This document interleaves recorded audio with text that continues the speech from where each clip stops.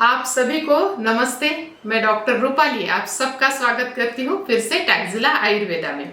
और हम हरदम जो इंटरेस्टिंग टॉपिक देखते हैं वैसे ही आज का टॉपिक बहुत ही इंटरेस्टिंग है, जिसका नाम है विरुद्ध अन्न। विरुद्ध अन्न क्यों सेवन नहीं करना चाहिए, इसके दुष्परिणाम क्या क्या है और इससे कौन कौन सी बीमारियां हो सकती है, आज हम ये सब इस वीडियो में देखेंगे। सो वीडियो के एंड तक मेरे साथ जरूर बने रहे। चरक संहिता में सूत्र स्थान में एक अध्याय दिया गया है जिसका नाम दिया गया है आत्रेय भद्र काप्य अध्याय। इसमें दिया है कि विरुद्ध अन्न क्यों सेवन नहीं करना चाहिए और विरुद्ध अन्न किसे कहा जाता है। हमारा जो शरीर है वो सिर्फ हमारे अन्न पे चलता है। जिस प्रकार का हम अन्न सेवन करते हैं, जिस प्रकार का हम आहार सेवन करते हैं, वैसे वैसे हमारे शरीर में दोष एक तो बैलेंस रहते हैं या तो बढ़ जाते हैं, जिसे हम कहते हैं वात पित्त और कफ। और पूरा आयुर्वेद जो है ये वात पित्त और कफ पे ही पूरा डिपेंड करता है। इसमें कुछ ऐसे टॉपिक दिए गए हैं कि यदि हम उनका सेवन उस प्रकार से करेंगे तो हमें बीमारियां होगी, और हम यदि सही कॉम्बिनेशन में अन्न का सेवन करेंगे तो वो बीमारियां हमारे नजदीक भी नहीं आएगी। इसमें 4 मेन टॉपिक दिए हैं जिसमें बताया गया है गुण विरुद्ध, स्वभाव विरुद्ध, संयोग विरुद्ध और देश काल मात्रा विरुद्ध। अब इसके बारे में थोड़ी सी हम जानकारी देखेंगे कि किस पदार्थ के साथ किसका सेवन नहीं करना चाहिए, किस देश में रह के किस अन्न का सेवन नहीं करना चाहिए। तो अपने आप ही आप भी देखेंगे कि आपकी बीमारियां अपने आप ही हील होना शुरू हो चुकी है। तो सबसे पहले है गुण विरुद्ध। गुण विरुद्ध में मच्छी यानी फिश, इसके साथ यदि आप दूध का सेवन करते हैं तो सबसे ज्यादा आपको स्किन डिसीजेस होना शुरू हो जाएंगे।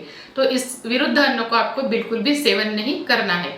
यदि आप मच्छी का सेवन करते हैं उस दिन आपको दूध बिल्कुल नहीं लेना है, और यदि आप दूध का पहले ही सेवन करते हैं तो उस दिन आपको फिश सेवन नहीं करना है। दूसरा है संयोग विरुद्ध। गुड़ और काकमाची एक जो पदार्थ है उसका सेवन आपको नहीं करना है। तीसरा है संस्कार विरोधी। हारित नाम का एक पक्षी है, उसका और राई का जो तेल है उसको उसमें पकाना नहीं है। यदि आप दूसरे किसी प्रदेश में रहते हैं और इस कॉम्बिनेशन को आप खा रहे हैं तो आपको उसको भी बिल्कुल बंद कर देना है, नहीं तो ये आपके शरीर में बहुत सारी बीमारियां आना, इसकी वजह से आपके शरीर में बहुत सारी बीमारियां आना शुरू हो जाएगी।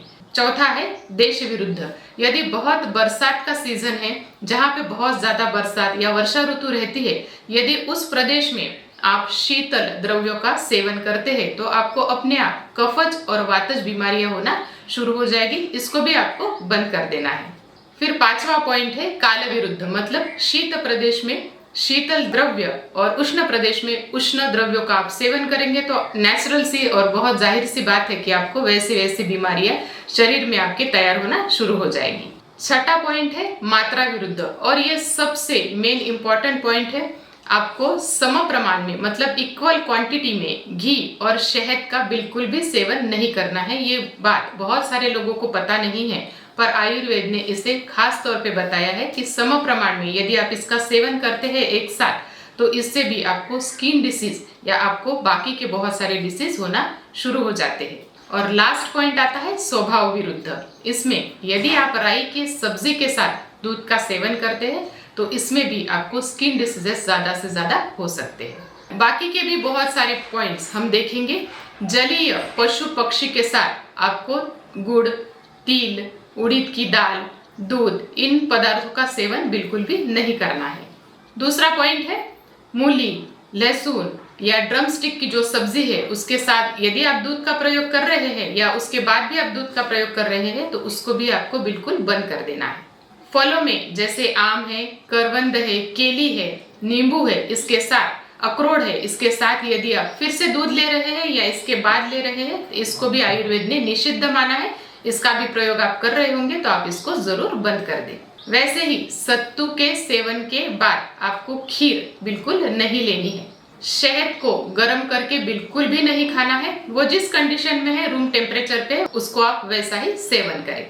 तो आपने अभी तक देखा कि ये जो टॉपिक है विरुद्ध अन्न, ये आज के हमारे इस लाइफस्टाइल में कितना इम्पोर्टेंट है, क्योंकि बहुत बार आपको पता नहीं चलता कि बीमारियां किस कारण से हो रही है, और इसे मॉडर्न साइंस बहुत बार मानता है भी या नहीं भी मानता है, पर आयुर्वेद ने इस पे बहुत जोर दिया है।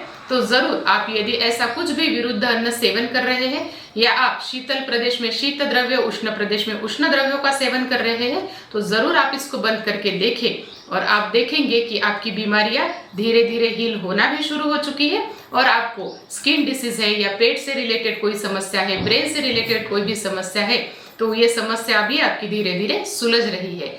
हमारे इस वीडियो को एंड तक देखने के लिए आप सभी का धन्यवाद है। ऐसे ही जानकारी यदि आप चाहते हैं तो जरूर टैक्जिला आयुर्वेदा को आप सब्सक्राइब करें, इसको शेयर करें, लाइक करें और यदि आप कुछ सवाल पूछना चाहते हैं तो जरूर आप उसको कमेंट बॉक्स में लिखें और आपके सभी सवालों के जवाब आपको मिलते जाएंगे। आप सभी को फिर से धन्यवाद।